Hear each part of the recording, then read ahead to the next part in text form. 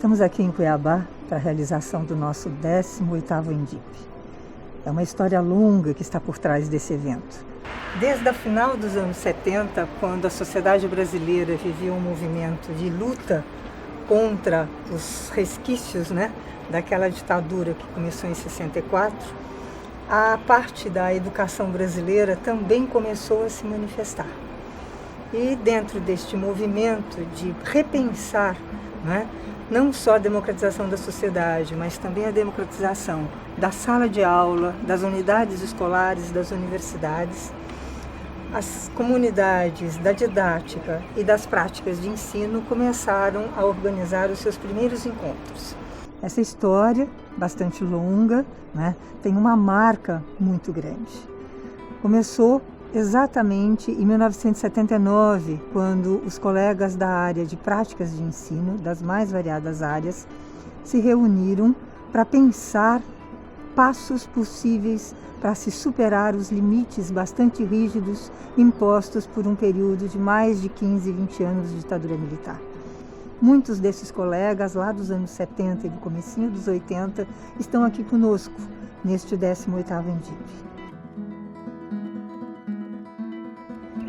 Muito bem. Em 1979 foi o ano que eu concluí meu mestrado. Fiz o meu mestrado entre 77 e 79 na PUC do Rio Grande do Sul. Eram muito poucos os programas de pós-graduação em educação no Brasil. Doutorado nem se pensava, eram só mestrados. E eu já era professora da Universidade Federal de Pelotas desde 1975. Era uma época em que os mestrados e a pós-graduação estricto sensu não tinham o valor que teriam hoje. Na minha faculdade, provavelmente eu fui a segunda professora com título de mestre. Era um momento no Brasil de abertura política, de esgotamento do regime militar, e todos nós estávamos à procura de uma nova condição de profissionalidade a partir de um momento de ruptura, que não mais nos satisfazia nas nossas práticas cotidianas de ensinar e aprender. Então, em 79 eu era um professor iniciante. Eu me formei em 76 e em 79 praticamente estava iniciando na profissão. Em 79 eu era também um funcionário da Universidade de São Paulo. Trabalhava no laboratório, lá no Instituto de Física, e, já que estamos falando do sistema educacional, da educação no país, a gente vivia uma greve histórica, que era uma greve onde o Paulo Maluf era governador, e que daí, para depois, para mim sempre foi uma marca assim, que decaiu a educação pública em São Paulo. Foi uma marca inicial. Achataram os salários, a greve não foi tão vitoriosa assim. E aí eu praticamente trabalhei junto com as pessoas do ensino público, mas nunca entrei no ensino público em São Paulo. Sempre trabalhei na rede particular por conta disso, porque ali o salário ficou muito difícil. Um ano muito interessante na minha vida. Tá bom esse tom de voz? Porque em 79 eu tinha, no mês de fevereiro, defendido a minha tese minha dissertação de mestrado na PUC de São Paulo, no programa de Filosofia da Educação, e ao qual eu cheguei já sendo orientadora educacional em escola pública em São Paulo, e num contexto em que a Lei de Diretrizes e Bases da Educação, chamada Lei 5692 de 71, tinha constituído uma grande novidade no sistema, e eu tinha muitas dúvidas na minha atuação profissional, o que era aquilo que estava acontecendo, não tinha muita clareza, mas percebi que eu precisava estudar mais e procurei o programa de pós-graduação na PUC de São Paulo, onde encontrei o professor Dermeval Saviani, que apresentou a perspectiva do curso recém-criado de pós-graduação, que era de reflexão sobre os problemas da realidade. Falei, bem, então é aqui mesmo que eu tenho que ficar.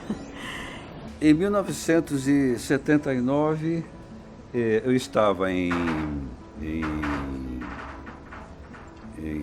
Goiânia e concluindo um ciclo muito penoso na minha vida, que foi o fato de eu ter sido caçado pela ditadura militar, né?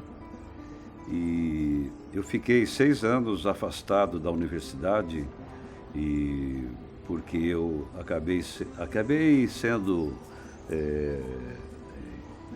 interrogado pelo serviço de informação, e acabaram descobrindo que eu tinha sido subversivo, né, na época. E eu, de fato, participei muito de movimento estudantil. Eu participava de um movimento político durante todo o período de estudante, né, um movimento político chamado Ação Popular. E com isso eu acabei tendo uma ficha suja, né, nos arquivos do Serviço Nacional de Informações. Então, em 1979, era o 5º ano desse período que eu fiquei fora da universidade e fora de uma atividade acadêmica mais sistemática, né? E nesse período eu acabei sendo diretor de uma escola particular. Enfim, eu tive que cuidar de sobrevivência. E aí, em 79, eu não tinha muita perspectiva da minha vida, porque naquela época, quem tinha problemas com a ditadura era proscrito, não podia fazer concurso, não podia estar sendo professor de universidade, né? Mas aí, em 1980, houve o movimento da anistia, e eu fui beneficiado pela anistia em agosto de 1980. Então, 79, para mim, é isso. Então, não podemos esquecer, nós estamos no momento de ditadura, e o tecnicismo adentrando totalmente na questão do ensino. Então, nós tínhamos a limitação política do que se falar, o que se pensar e o como fazer, e essa limitação também da técnica pela técnica. Então, se eu falei que o Comênios me botou para pensar a didática sempre assim, uma reflexão que requeria um método, agora não, era uma técnica, nem método seria, e a reflexão terminada. Então, 79, veja, eu dava aula nos cursos de pedagogia e a observação, o que se pretendia é que eu ensinasse meus alunos a fazer a instrução programada do ensino.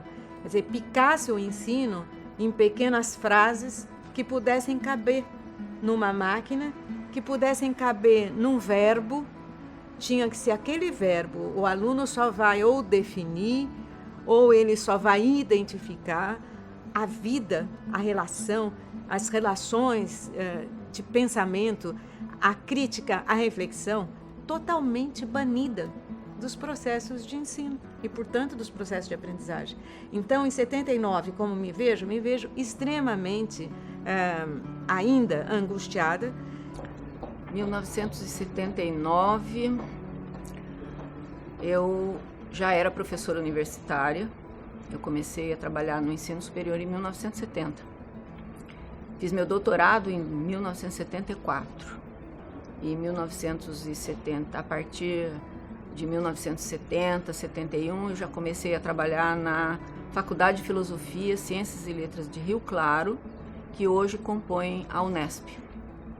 Então comecei a minha carreira lá, comecei trabalhando com didática, desde o início. E aí fiz meu doutorado em 1974, no momento em que ainda não havia cursos de pós-graduação instituídos. Os cursos começaram durante o período em que eu já estava fazendo meu doutorado. No estado de São Paulo, havia um processo que as pessoas que quisessem fazer doutorado poderiam se inscrever no Conselho Estadual de Educação e arranjar um orientador e fazer a sua tese durante esse período, mesmo sem ter a pós-graduação. E aí defendi esse doutorado em 1974, continuei nessa universidade, trabalhando com didática, mais para os cursos de licenciatura do que de pedagogia. 1979. Eu já tinha iniciado minha atuação no ensino superior e foi um momento de transição entre a docência no Mato Grosso do Sul para o estado de São Paulo, vindo para a Unesp. Naquela época, eu entro na Unesp no momento em que houve a extinção dos campos isolados e a criação da Unesp, e vivi um momento político de crise com a extinção de alguns cursos, inclusive do curso de pedagogia para o qual eu fui contratada. Naquela época também, em 79, eu consegui um fato que para a mulher é muito importante, que foi ter uma filha. Então, 1979 foi a volta para o estado de São Paulo, para uma universidade pública e ser mãe.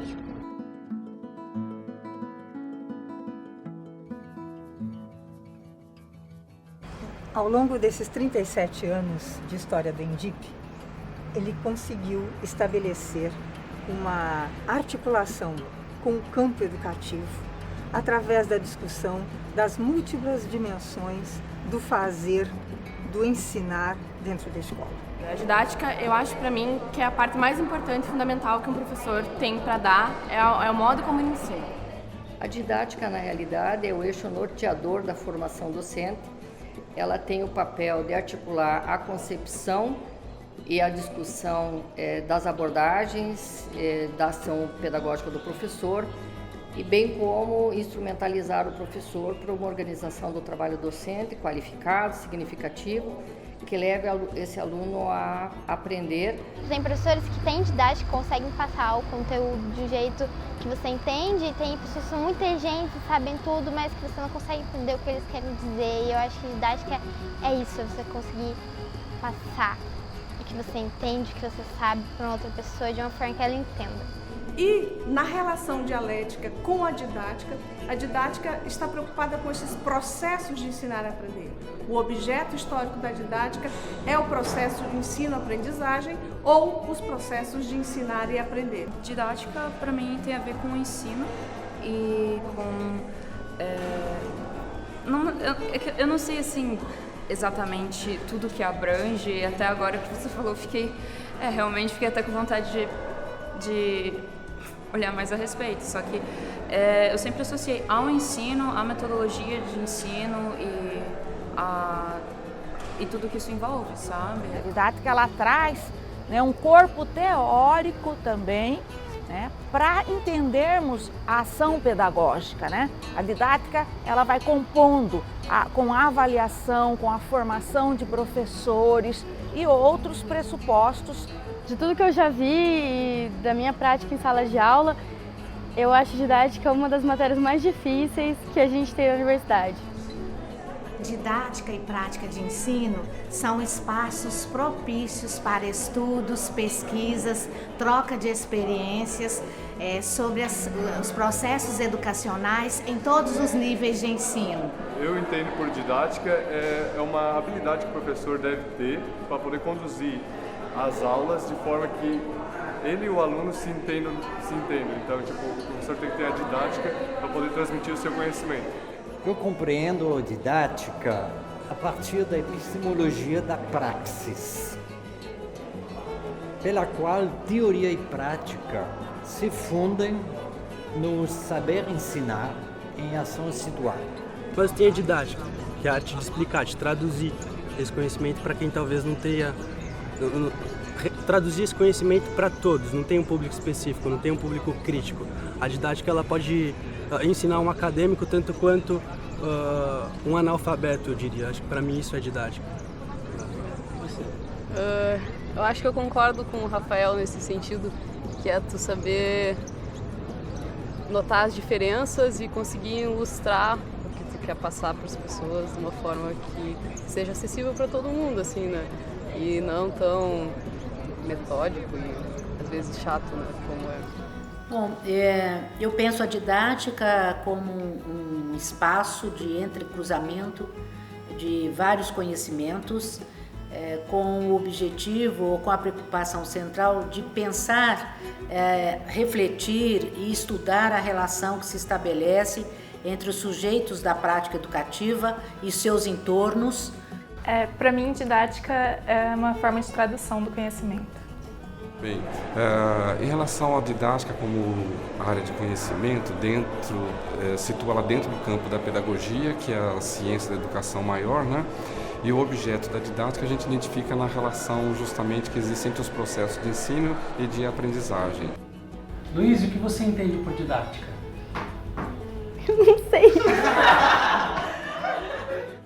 A nossa concepção parte muito do princípio de que a didática e a pedagogia, e aí ancorada na Maria Amélia Franco, elas têm um caso incestuoso, elas andam juntas e nós precisamos cada vez mais trabalhar esta concepção nas nossas aulas, com os nossos alunos, nas nossas pesquisas. Eu entendo por didática o potencial de desenvolvimento das diferenças. E a didática tem um papel, junto com as práticas de ensino, de trazer essas diversidades que contempla a própria sociedade e que nas suas metodologias, que deve ter uma relação complexa com a estrutura da instituição escolar, ela deve dialogar com essa sociedade, né? No sentido de que a formação de professores deve ter uma relação estreita com as práticas que estão na sociedade, que vão penetrar no cotidiano da escola, né? Então, nesse sentido, as práticas de ensino deve estar articulada com a própria sociedade, né? E a escola não pode ficar neutra, a escola não pode, a partir das metodologias, a partir das didáticas, a partir das práticas de ensino, a escola não pode ficar isenta de preocupação com essas questões de ordem da igualdade, de ordem da diferença.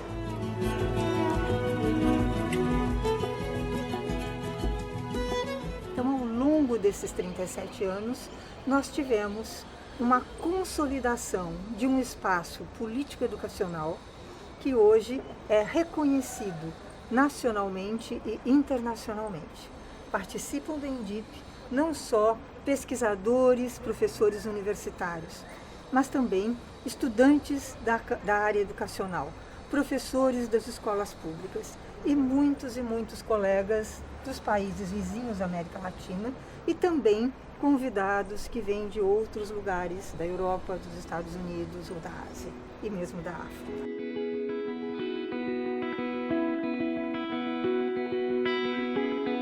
Bom, eu acredito na utopia, né? Hoje nós trabalhamos bastante sobre o Freire, né? E o Freire lá disse que nós somos condicionados, mas não somos determinados, né? E a história tem mostrado bastante isso, né? Que parece que quando não há saídas, as saídas se apresentam. Né? Eu não posso, como educador, eu não posso também como um estudioso das questões de educação e um militante da educação pública, eu não posso perder a esperança, não é? Embora o lado caótico da crise hoje, que eu vejo, eu estou acreditando que a educação pode mudar, eu sonho, eu tenho essa utopia e por isso que eu não me aposentei até agora. Então, eu penso que a educação vai ter que uma hora sair do fundo do poço. Sendo otimista por um lado, eu acho que a gente tem avançado bastante no campo educacional, né? Em políticas educacionais, ampliação do acesso e tal.